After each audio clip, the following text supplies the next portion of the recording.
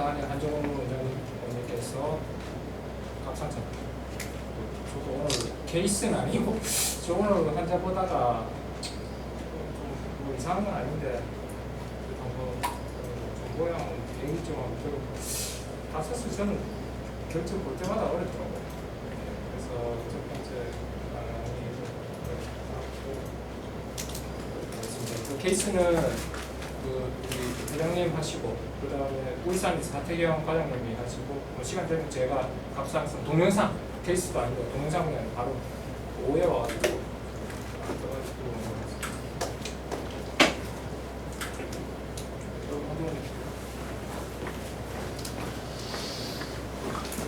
안녕하십니까. 오늘 강의를 맡게 된 한정우입니다. 제가 오늘 할 거는 이제 갑상선 강의인데요. 갑상선 선생님들이 너무 잘 아시지 싶지만 오늘 강의는 갑상선 처음 하는 분들이라고 생각하고 그쪽에 이제 베이스를 맞춰서 하겠습니다. 이미 잘 알고 있는 이제 전문가 선생님들은 한번 정리한다는 생각으로 한번 보시고 하셨으면 좋겠습니다. 슬라이드가 조금 많아서 빠르게 진행하겠습니다. 경부 초음파 안에 갑상선 초음파, 이제 임파선 초음파, 그 다음에 경동맥 초음파 이런 것들이 있는데 오늘은 그 중에서 갑상선 초음파를 할 거고, 갑상선 초음파가 임상적으로 적용할 수 있는 것은 이제 비만성 갑상선 질환의 진단의 보조적인 역할을 할 수 있고, 가장 큰 것은 갑상선 결절의 진단과 FNA가 가장 큰 이제 초음파의 적응점이 있습니다. 그리고 갑상선 암을 수술을 하고 난 다음에 수술 후 추적 관찰이 있는데 오늘은 이제 그렇게 대한 언급을 했습니다. 먼저 갑상선 스캔을 먼저 보시면 갑상선 보시게 되면 제일 먼저 이 턱에서부터 시작을 하게 됩니다. 턱에서부터 시작을 하게 되면 여기 양쪽에 다이게스트릭 머슬이 있고 턱 머슬이 있고요. 이 뒤쪽에 서브링구얼 밴드가 있습니다. 거기서 목을 따라서 조금 내려오면 하이오이드 본이 보이게 되는데 이 하이오이드 본은 이 경부 임파절에서 2번과 3번을 나눠주는 경계부역이 되겠습니다. 거기서 조금 내려가면 사이로이드 카틀리지가 보이고 거기서 보칼 코드가 여기 보이겠습니다. 거기서 조금 더 내려가면 이렇게 동그랗게 보이는 크리코이드 카틀리지가 있는데 이 크리코이드 카틀리지가 이 옆에 경부 임파선에서 하이오이드 분이 2번과 3번을 나눈다면 이 여기 크리코이드 카틀리지가 3번과 4번을 나누는 랜드마크가 되겠습니다. 거기서 이제 크리코이드 카틀리지가 나타날 때쯤 돼서 양쪽 갑상선들이 보이기 시작합니다. 사실 그 위에서부터 보이기 시작하는데 여기 스무스가 이제 보이기 시작하고요. 거기서 조금 더 내려오면 이제 이 갑상선들이 이렇게 보이게 됩니다. 갑상선 구조를 보시면 이 양쪽에 버터플라이처럼 이렇게 갑상선이 있고 기도가 있고 식도가 있고 양쪽 카로티드 아테리가 있고요. 이 카로티드 아테리가 임파선을 나눌 때 6번과 2번, 3번, 4번 라테랄 쪽으로 나누는 경계가 되겠고 여기 엔테리어 램 머슬은 갑상선에 결절이 있을 때 이 에코제네시티를 판단하는 근거가 되는 이제 머슬이 되겠습니다. 자, 이 갑상선 초음파는 일부 보험급여가 되는데요. 뭐 보험급여가 어떤 경우냐, 암이 의심이 될 때 보험급여가 된다고 생각하시면 되는데 그때 이제 필수적으로 찍어야 되는 스캔은 먼저 횡스캔으로 양측 좌옆, 우옆 그리고 혁부의 횡스캔과 그 다음에 양측의 종스캔을 보셔야 되고요.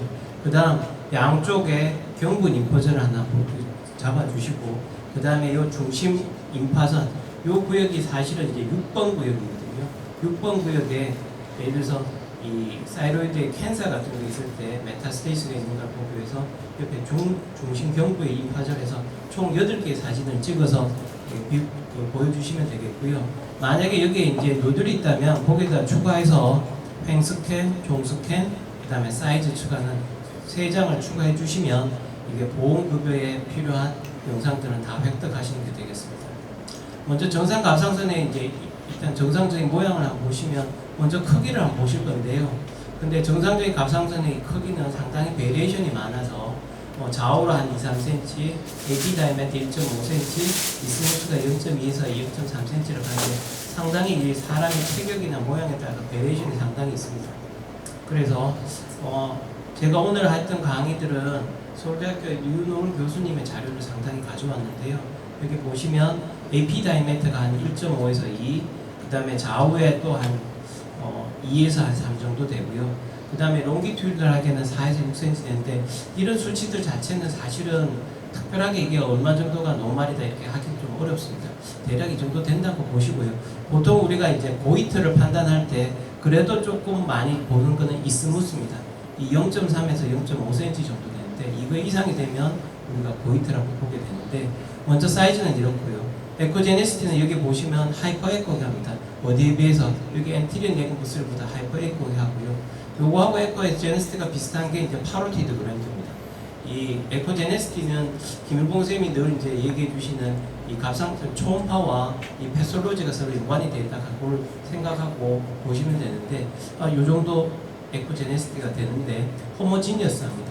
그리고 바스큘라리티를 볼 수 있는데 보통은 바스큘라리티가 스펄스하게 약간씩 보이는 정도고 이게 만약 파워 도플러에서 이게 확 늘어나 있다면 이 그레이브 디지나 하시모토 사이라이티스에 어쨌든 인플라메이션이 있는 것을 생각해 볼 수 있겠습니다.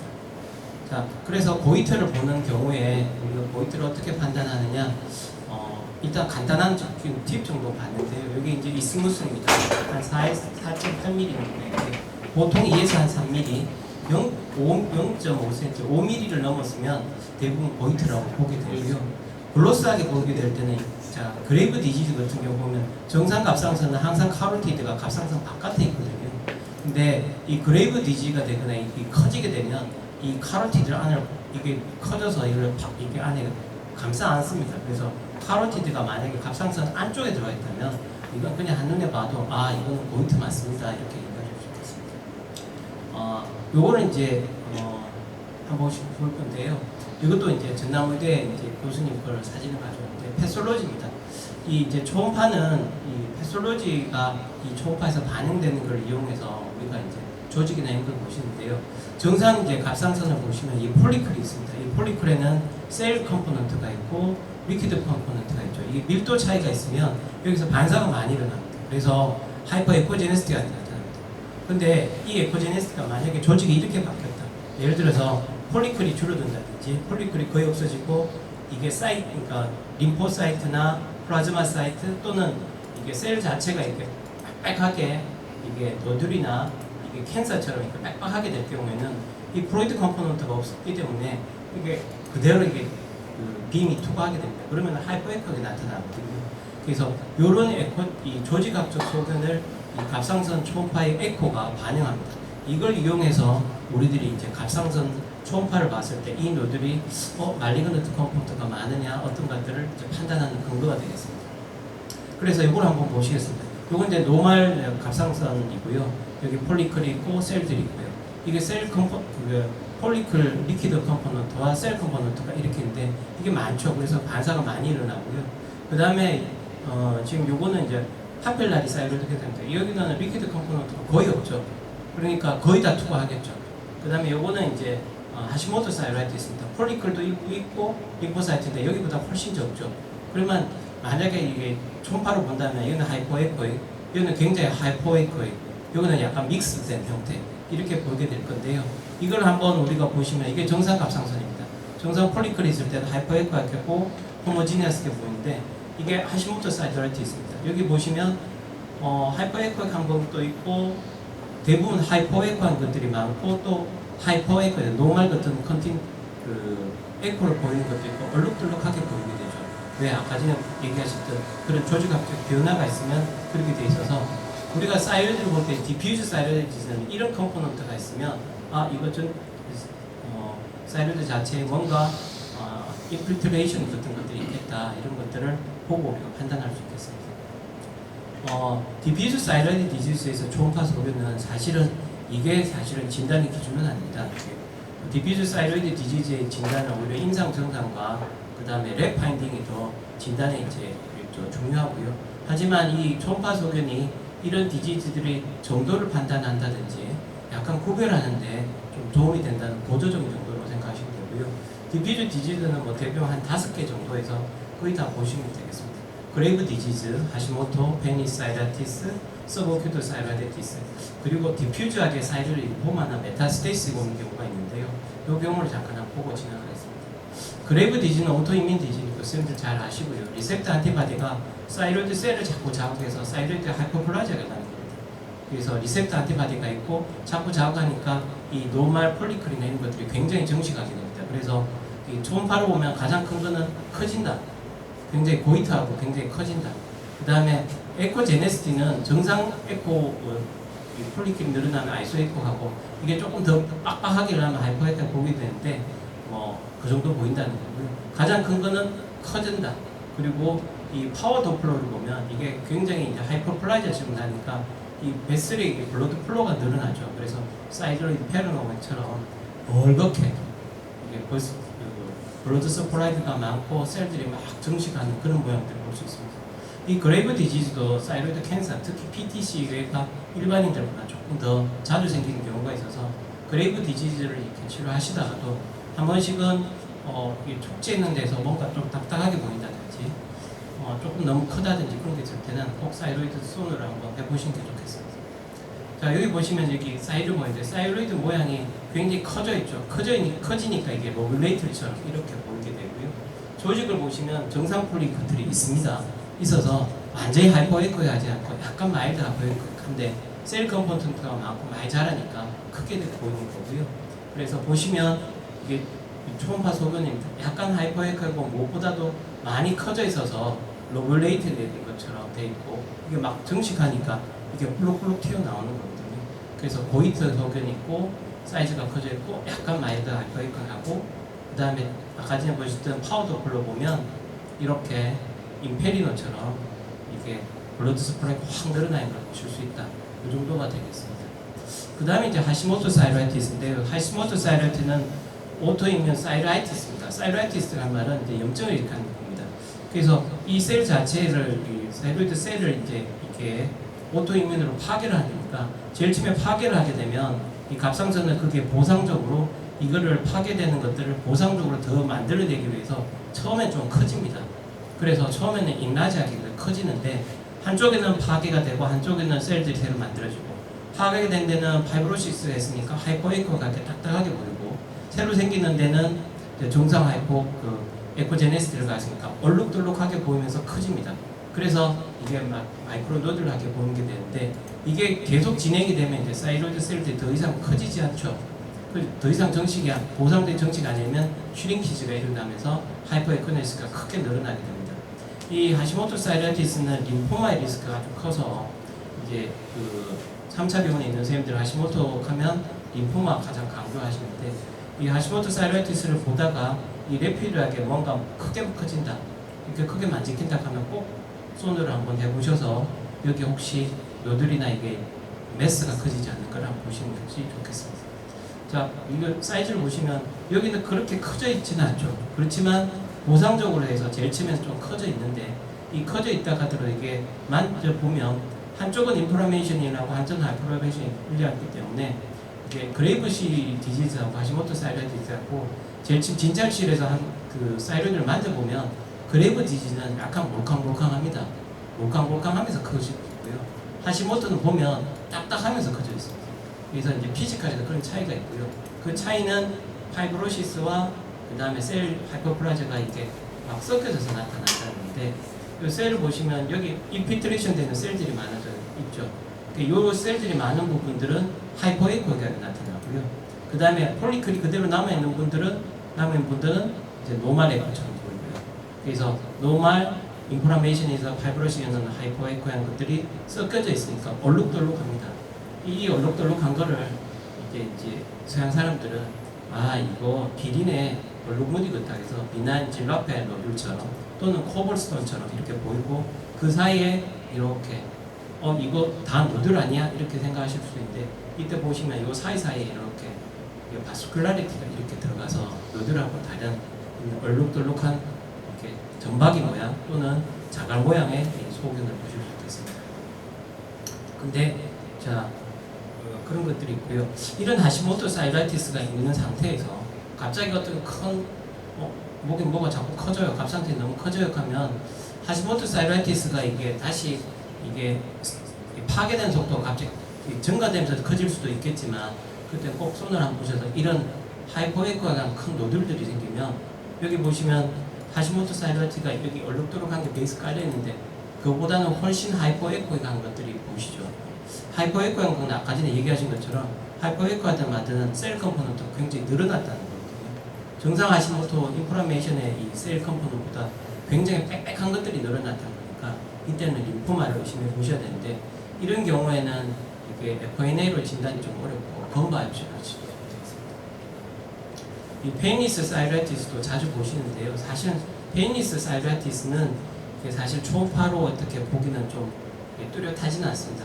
하시모토에 조금 가깝다고 보면 되는데, 대부분 이게 일시적인 사이라티스가 와서 사이로톡시코시스 왔다가, 그래서 그 다음에는 이 파괴된 것들이 다시 회복이 안 될 때 발포되는데 시간이 지나면 유사이로도 됩니다. 그래서 페니스 사이로이드스는 일단 지나가는 사이로이드스인데, 하시모토 또는 정상 사이로이드 그 소늘 파인딩을 가지고 있는 경우가 많습니다. 서브어큐트 사이로이드스는 이건 선생님들이 아주 많이 보시고 하시는데요. 이게 페인이죠. 목이 아프면서 뭔가 메스가 많이 긴다. 그래서 초음파를 봤는데 이상하게 이렇게 디퓨저하게 1 디파인드 된 하이퍼에크니스가 굉장히 크게 있고 이 부분이 아프다. 이러면 이제 이거는 메스가 아니라 서브어큐트 사이라이티스, 그러니까 인플라메이션 때문에 생기고 보실 수 있고, 포인트는 아프다.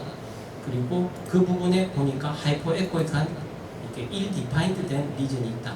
그리고 이 인플라메이션은 이제 서브사이드 되면 노멀 사이드 패턴으로 되돌아오는 것들이 되겠습니다. 디퓨즈 사이로이드 디지즈를 한번 보셨고요. 중점적으로 얘기할 거는 갑상선 결절의 이제 파인딩입니다. 우리나라에는 코리안 사이로이드 이미징 리포팅 데이터 시스템이라고 해서 그 갑상선 결절을 영상학적으로 판단하고 하는 이제 기준 가이드라인이 있는데, 2016년도에 한번 나왔었고요. 2021년도에 가장 최근 가이드라인이 나와서 이걸 중심으로 해서 다시 한번 잘 하시는 분들은 리마인드 한다는 생각을 보시고, 새로 보신 분들은 한번 보시도록 하겠습니다. 자, 요거는 자료는 인터넷상에서 이렇게 치시면 이 리포트가 무료로 오픈 어세스로 나오기 때문에 다운로드 받아보시면 됩니다. 자, 요걸 보시면 이 K 사이로이드 티라스는 사실 영상학적으로 갑상선 결절을 평가하는 여러 가지 이제 시스템이 되어 있는데요.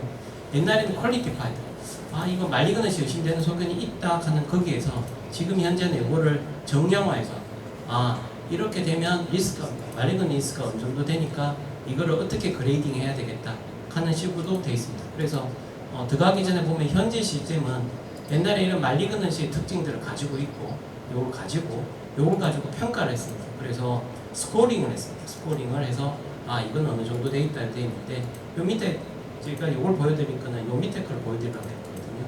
센시티비티 픽처, 스페시픽 픽처, 솔리드 하이퍼에코니스, 그러니까 맥 컴포넌트하고 에코제네시티는 이게 리스크 있는 거를 걸러내는 역할이고요. 스페시픽 피처, 톨러데 라인드, 스피치크로이드, 이거는 찾아낸 거. 특정적으로 이건 리스크 굉장히 높다. 이런 형태로 이게 컴포지션이 되어 있습니다. 그래서 다시 자세히 한번 보시면 우리나라 K라이드에서는 이 표 한 장으로 이렇게 되어 있습니다. 보시면 솔리드 하이퍼에코익, 파셜 시스틱 아이소에코익 이래 되는데 이게 도대체 뭐야? 이렇게 하면 초음파 소견으로 봐서 컴포넌트가 어떠냐, 솔리드냐냐, 파셜 시스틱하냐 이런 형태냐 하고, 에코제네시스 하이퍼에코하냐 아이소에코냐 이런 걸로 해서 먼저 이게 요들을 걸러냅니다. 걸러내서 리스크 그룹과 아니스크 그룹을 하고요. 그 밑에 칼시피케이션, 오리엔테이션, 마진, 이거는 말리그넌시의 아주 특징적인 소견들입니다. 이런 것들이 있으면 이 그레이딩을 조금 더 높이는 거. 솔리드나 하이퍼에코에 가는 인터미디트 스피션이고요. 파셜 시스틱이나 아이소이크 하이퍼에코는 로우 서스피션인데 리스크 팩터가 있으면 한 단계씩 올라갑니다. 그래서 하이 서스피션트, 인터 서스피션트, 로우 서스피션트를 했고, 특징적인 비나인 소견들이 있는 거는 비나인을 했는데, 이게 도대체 뭐 어떤 걸로 가지고 그랬느냐라고 보시면, 자, 이런 영상학적인 걸로 클래시피케이션을 했는 이유는 이 말리건스 리스크입니다. 예를 들어서 이런 영상 이미지를 가졌을 때 우리가 조사해 보니까 실제로 말리건 리스크가 이만큼 되더라. 거꾸로 얘기하면 이런 말리건스 리스크 때문에 이런 카테고리를 만든 겁니다. 그래서 이런 영상학적 경우면 말리건시가 어느 정도 되고, 그렇기 때문에 이 바이옵시는 어느 사이즈 이상부터는 해야 되고 하는 걸로 이해를 하시면 되겠습니다. 그래서 이거를 판단하려면 이 렉시콘, 이 단어들의 이 판단 기준을 정확하게 하시는 게 중요합니다. 이게 하이퍼에코가 한 건지, 하이퍼에코가 한 건지, 이게 솔리드한 건지, 아니면 뭐 믹스드한 건지, 이게 헷갈리게 되면 이제 클래시피케이션이 흔들리거든요. 그래서 그 렉시콘을 정확하게 아시는 게 중요해서 그걸 오늘 한번 정리를 한번 해보겠습니다. 자, 먼저 이 두 가지 컴포지션과 에코제네시스는 이게 센시티비티를 높이는 겁니다. 이 컴포지션과 에코제네시스가 이게 말리그너시 리스크에서 걸러내는 역할인데요. 먼저 컴포지션 보면 솔리드, 그 다음에 뭐 프리민트 솔리드, 프리민트 스틱, 시스틱, 스폰지 폼 이렇게 나눠놨는데 요거에 따라서 스폰지 폼은 비나인으로 판단하는 기준이 되고요. 솔리드는 리스크를 많이 올리는 것들이 됩니다. 그러면 이게 진단 기준이 어떻게 되느냐? 뭐 솔리드한 거 아니야? 뭐 이렇게 되는데 실제로 사이드 총파를 보다 보면 헷갈릴 때가 좀 있습니다. 어떤 거냐? 자, 이거 솔리드, 이건 당연히 솔리드고요. 자, 요거 시스틱이 있으니까 이거 프리도미트 솔리드겠네? 이거 프리도미트 시스틱이겠네? 시스틱이겠네? 이렇게 되는데 만약에 요 솔리드에 아주 조금 한 5에서 10% 5% 시스가 있으면 이거 뭐야? 이거 솔리드라고 봐야 돼? 아니면은 프리도미트 솔리드라고 봐야 돼? 이런 이제 의문이 생길 수 있는데 솔리드는 명확하게 시스틱 컴포넌트가 조금이라도 있으면 안 됩니다. 그러니까 여기서 문제는 명확한 시스틱 컴포넌트입니다. 다시 명확한 시스틱 컴포넌트는 어떤 거냐? 시스가 확실하고 뒤에 오프식 쇄도가 보인다든지 이렇게 확실한 거는 아무리 조그마한 것들이 있다 하더라도 이거는 솔리드가 아니다. 왜? 이런 것들을 찾아가지고 해보니까 리스크 오브 말리그너시가 3.3%밖에 안 되더라. 만약에 이 솔리드 안에 이게 약간 시스템하게 보이는데 이게 명확하게 시스템한 컴포넌트가 아니다. 그럼 그건 어떻게 판단하는데? 그거는 솔리드로 봅니다. 그러니까 명확한 시스템 컴포넌트가 있으면 그거는 솔리드가 아니다. 그렇게 보시면 이게 보시다가 이거 솔리드야? 아니야? 이거 솔리드 같은데 뭐 시스템 컴포넌트가 있는데 명확해. 그러면은 그건 솔리드 아니고요. 시스템하게 보이는데 이거 명확하게 시스템이 아니야. 그럴 때는 솔리드로 판단하시면 되겠습니다. 그 다음에 이제 스펀지 폼입니다. 스펀지 폼은 이 솔리드 컴포넌트 안에 50% 이상 마이크로스틱 체인지가 있을 때 이게 솔리드 스펀지 폼이라고 하는데요.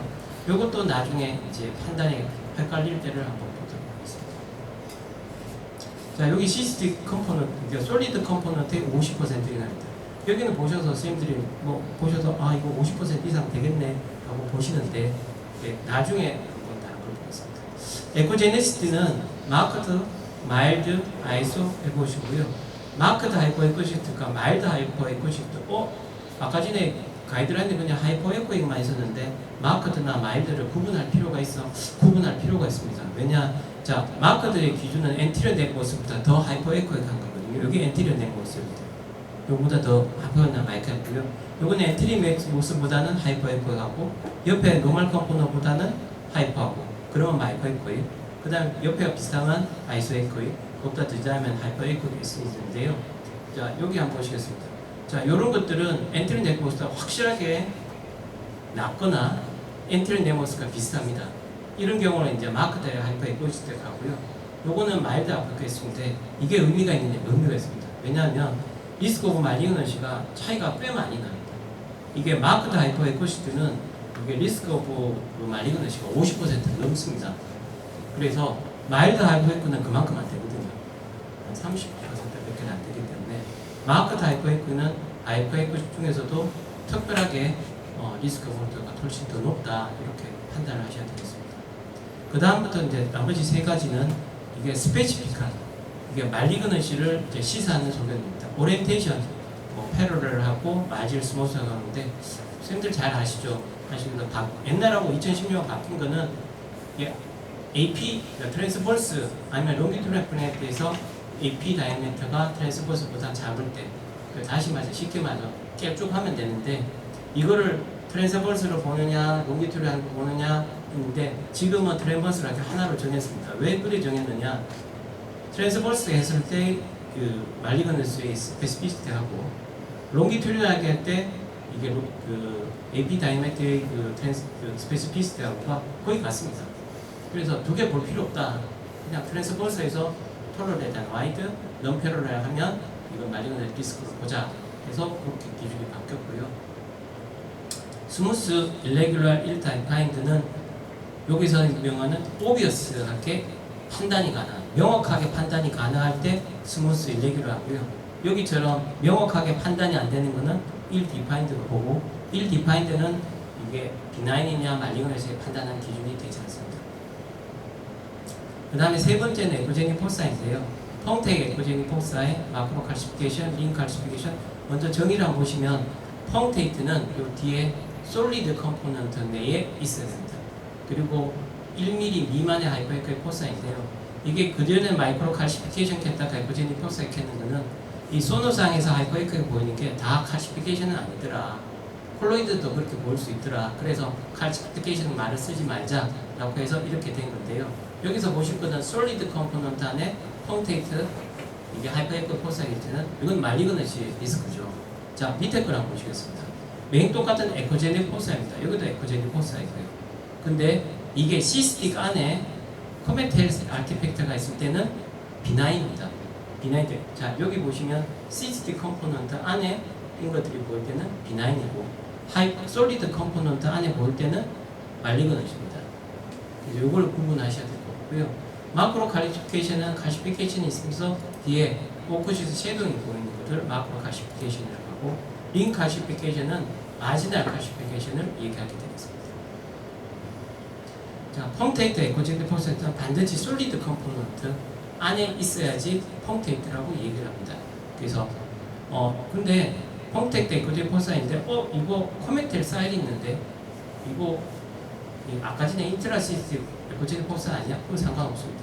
솔리드 컴포넌트 안에 있으면 뒤에 코메텔 사일이 있을 수도 있고 없을 수도 있고, 이게 다 솔리드 안에 있으니까 펑테이트 에코제닉 포사라고 보시면 되겠고요. 반대로 인트라시스틱 에코제닉 포사는 반드시 시스틱 컴포넌트가 있어야 됩니다. 요거는 시스트 안에 있으니까 맞죠. 자, 여기는 에코제닉 포사 있고 위에 코메텔 사인이 있는데 메스 근처에 있죠. 그래서 이거는 K-TILS2고 이건 K-TILS4입니다. 그래서 이런 경우에 있는 거는 솔리드에 있는 거는 절대로 아니다 이거고요. 왜냐하면 이 아이소 하이퍼에코 여기 B9 K-TILS2에 대한 거는 이 B9으로 생각하고, 이거는 바이옵시도 하지 않고 그냥 옵저베이션 보는 거거든요. 그래서 이거를 판단할 때는 다른 조건들보다 조금 더 엄격하게, 왜 B9이가 손을 안 댈 거기 때문에 명확해야 된다 이렇게 보시면 되겠고요. 그래서 보시면 솔리드 컴포지션과 에코제네시스로 먼저 센시티브를 높여서 리스크 인터미디에이트 롤을 맞추고요. 그 다음에 말리그넌시, 칼시피케이션, 오리엔테이션, 마진의 스페시픽한 팩터를 가지고 이걸 해서 하이 서피스 매치, 인터미디에이트, 로워 이렇게 나눴고, 이 B9은 이런 패턴이 있을 때는 B9으로 봐서 뭐 바이옵시나 이런 거 다시고 그냥 옵저베이션 하시면 됩니다. 자, 그래서 KT-RAS 이걸 볼 때 KT-RAS2 초음파 소견할 때는 엄격하게 접근해야 된다는 거고요. 자, 여기는 인트라시틱 에코제닉 포사니까 노들라 브레이저고요. 아까 전에 보셨던 거는 파퓰라리시입니다. 여기 보이시지만 이건 메스 안에 있으니까 그렇고요. 그 다음에 이거는 스펀지 폼입니다. 노들라 브레이저인데요. 이건 파퓰라리시가 나옵니다. 이거 왜 이럴까요? 솔리드 컴포넌트 안에 CT 컴포넌트가 50%가 안 됩니다. 이건 한 30% 정도 되거든요. 이게 명확하게 50% 이상 될 때 스펀지 폼, 이럴 때는 파퓰라리시예요. 이건 왜 이럴까요? 자, 스펀지 폼을 우리 진단할 때 반드시 여기 뒤에 보시면 아이소에코익, 하이퍼에코익 스펀지 폼입니다. 근데 요거는 보시면 하이퍼에코이죠. 스펀지 폼이라도 하이퍼에코익 하면 이거는 KT-RAS2에 해당이 되지 않습니다. 그래서 KT-RAS2 초음파 소개를 할 때는 엄격하게 적용해야 된다. 그랬고요. 그 다음, 이게 전체적인 이제 가이드라인이고, 여기에 예외적인 몇 가지 이 클래시피케이션이 있습니다. 먼저 보시면, 자, 이겁니다. Entire Classification, Classified Node들은 KT-RAS4로 본다. Entire Classification이 뭐예요? 라고 하면, 지금 여기는 보시면, 그 링 칼시피케이션이 있지만, 이게 컴포넌트가 보이거든요. 그러면 이 보이는 부분에서 우리가 리스크를 유추할 수 있습니다. 근데 여기서는 아무것도 안 보입니다. 그렇기 때문에 이런 경우에 리스크가, 말리그넌시 리스크가 한 15에서 20% 된다는 얘기가 있어서, 이거는 클래스 KT-RAS4로 별도로 해서 이제 판단합니다. 자, 그 다음에 이제 이런 건데요. 이거 매스가 안 보이고 그냥 디퓨즈하게 펑테이트 에코제닉 포스가 되는데 이런 건 어떻게 해요? 자, 이런 거는 익스텐티브 파렌키말 펑테이트 에코제닉 포스. 그래서 디퓨즈 스프레이드 베리언트 PTC가 이렇게 보이거든요. 그래서 이런 경우에는 KT라스 풀어본다. 또 지금 여기 보시면 디퓨즈하게 인필테이트레트 리전 같은 게 보이는 게 예를 들어서 뒤에를 보시겠습니다. 자, 이게 디퓨즈 스크레이징 베리언트 파퓰러 시에인데요. 내용에는 노드의 형태를 보이지 않고 디퓨즈하게 있는 경우라고 얘기를 하는데 제가 찾아보니까 디퓨즈 스크레이징 타입이 이게 갑자기 이게 노멀 베리언트, 노멀 사이로이드처럼 보이다가 이게 생기는 경우도 있거든요. 그리고 디퓨즈하게 있는 경우도 있고요. 이렇게 보면 이거는 뭔가 매스를 형성하는 것처럼 볼 수도 있지 않습니까? 이렇게 디퓨즈하게 있는 경우는 케이트라스 포로 봐야 된다는 거고요. 두 번째는 이제 메타스테이션이 있습니다. 이 사이로이드에 메타스테이션 것은 그렇게 흔하진 않습니다. 왜냐하면 사이로이드가 다른 조직보다 전이되기 좀 어려운 조직이라서 잘 흔하진 않은데 오는 경우는 브레스트나 GI, 렁, 레날셀 시에가 이렇게 오는 경우가 많고요. 포컬하게 올 때는 누들처럼 오니까 이게 뭔가 누들이라고 하실 거고 디퓨즈하게 올 때는 어떻게 보이냐면 레티큘러하게 패턴 하이퍼에코 왜 하이퍼에코냐면 메타스테이시도 결국 이제 셀 컴포넌트가 많으니까 하이퍼에코하게 보이는데 그 사이에 레티큘러한 패턴들입니다. 자, 이런 것들 보시면 디퓨즈하게 보이는데 뭔가 레티큘러하게 이런 패턴들이 보이면 이거는 셀 컴포넌트가 많고 메타스테이시가 없으면 메타스테이시나 이럴 때 이렇게 보일 수 있다는 것을 보실 수 있습니다. 그 다음에 이제 사이로이드 림포마인데요. 이건 아까 전에 보신 것처럼 하시모토 사이로이드가 갑자기 매스가 커지거나 하고 그 다음에 이게 다른 그 하시모토 사이로이드 그 컴포넌트보다 훨씬 하이퍼에코하게 디퓨즈하게 커지게 보일 때는 이제 사이로이드 림포마 같은 것들을 의심해야 합니다. 그래서 이런 경우는 KT라도 포로 판단하는 거죠.